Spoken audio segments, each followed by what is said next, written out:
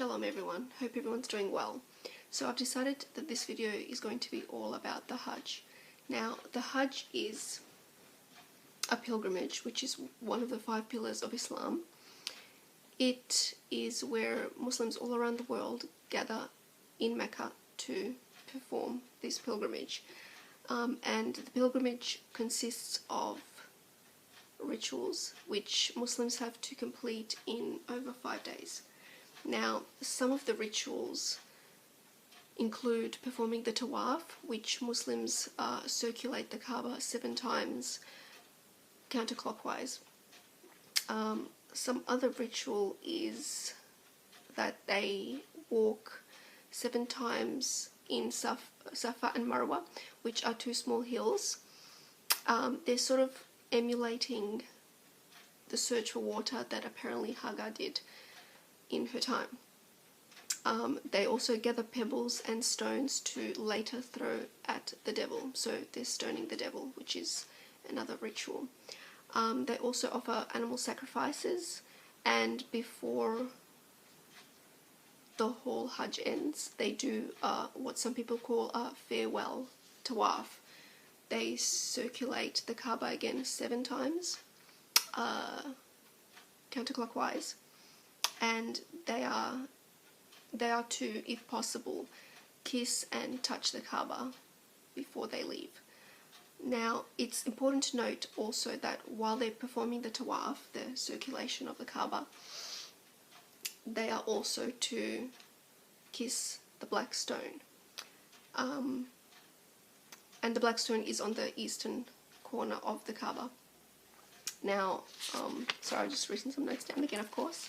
Now, in Islam, the black stone is said to have fallen from heaven. And when it fell from heaven, it apparently, or should I say, it originally was white in color, but due to all the sinners touching the stone and kissing the stone, the people's sins have then therefore made the stone black. It is also believed by the Muslims that when they touch or kiss the stone, that it is a expiation for their sins. Now Muhammad is also, have said to have touched and kissed the stone. There is a hadith though, however, from, there is a hadith that Umar, who was one of Prophet Muhammad's companions, went to the Kaaba, was about to kiss the stone himself, and before he actually kissed the stone, he said, and I will quote, I've written it down, so Umar says, "No doubt, I know that you are a stone and can neither harm anyone nor benefit anyone. Had I not seen Allah's messenger kissing you, I would not have kissed you." So we can clearly see that Umar, who is Muhammad's companion, kissed the stone merely because Muhammad did it. Now, I gotta ask a question, and that question being, was Muhammad not practicing idolatry by worshipping the black stone, by kissing it, by praying to it, by bowing before it, just like the Arab pagans did in his time? And I think that's one question that Muslims should also have a think about as well. Now, Muslims today boast that Islam is the most pure monotheistic religion that's out there today. But what they don't realize, at least most of them, is that the rituals that are performed in Hajj have always been purely a pagan practice. Although some Muslims actually do claim that that Noah or Adam and even Abraham practiced the same ritual, just the same way that the Muslims are doing it now. However, there is no actual evidence of that. So, in my opinion, that is quite a myth. The Hajj is documented in history as always being a purely Arab pagan practice.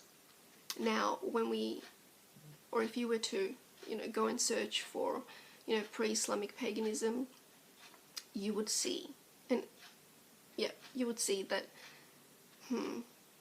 pagans, or the Arab pagans in that time in Mecca, did exactly the same rituals that Muslims are doing now.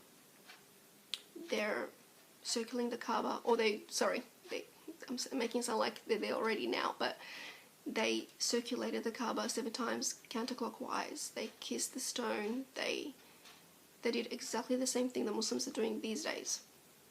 The only difference being, and it was said that the pagans back in those days did these rituals in the nude.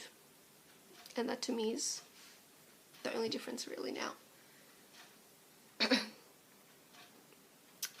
So I think, it is very clear that Muhammad took these pagan practices and pretty much just gave them a different meaning. So now when Muslims are actually performing the Hajj and the Tawaf and all the other rituals, they're just doing it for the mere fact that Muhammad did it. And but the fact is, Muhammad only did it because the pagans were doing it, no other reason. And he just took that and changed it and made the God Allah. Now, I have to ask the question to Muslims, really. Is that a really good enough reason to now do the same or continue doing the same just because Muhammad did it, knowing full well that Muhammad was in a time when the Arab pagans were running amok and worshipping their own gods, and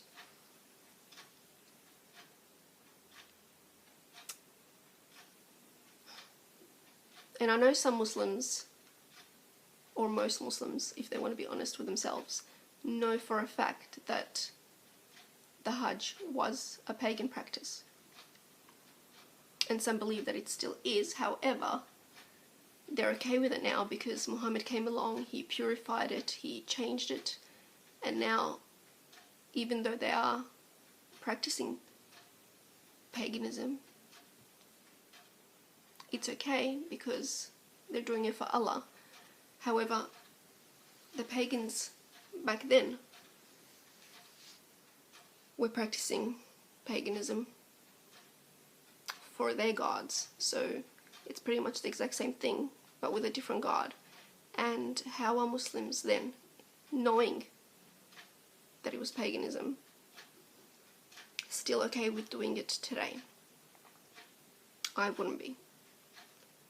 To me, paganism is paganism, and for a religion who claims to follow Tawheed,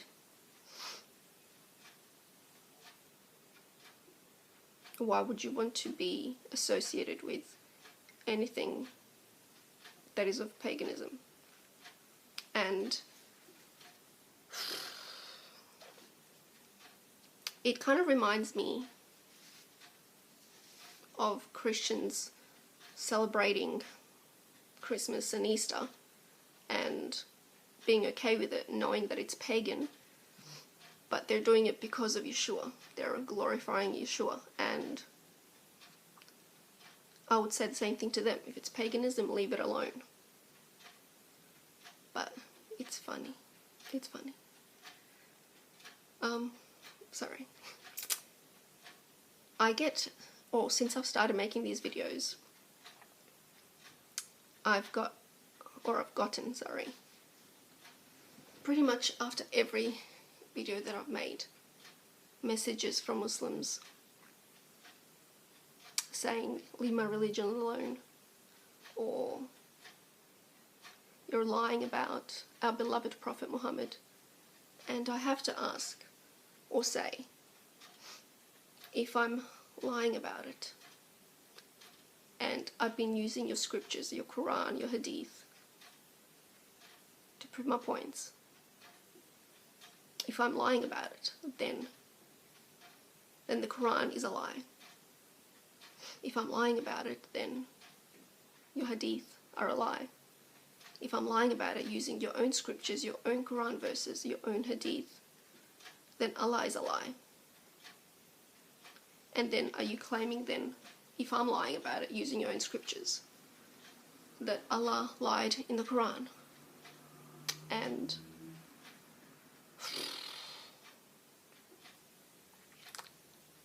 I'd like Muslims, or for Muslims, to really not be offended or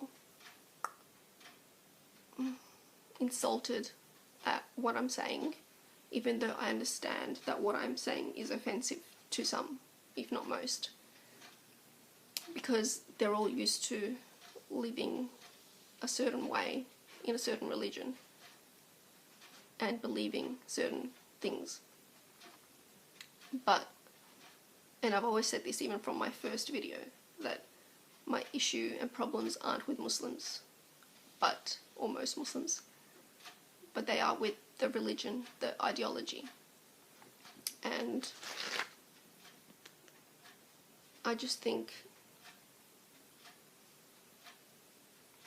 that if you spend less time being offended and more time really opening up that Quran and doing the exact same thing that apparently Angel Gabriel told Muhammad, which was Iqra, then both our lives, or all of our lives, would be so much easier, because that way you wouldn't just be sitting calling me a liar, but you'd be doing your own research and finding out the truth for yourself. And I just think if you're offended at me trying to reach you with the truth that I know, and, calling, let's say, paganism, how would you live with yourself then, knowing that you are offending the true God yourself by practicing these pagan practices, and then just calling it monotheism because you're doing it for Allah? It doesn't make sense. You should be more worried about offending the Creator with what you're doing than being offended with what I'm saying, if that makes sense. And I don't say it with hate, and I don't think I've ever said it with hate towards most Muslims. It's just, I'm speaking about what I believe to be false and truth.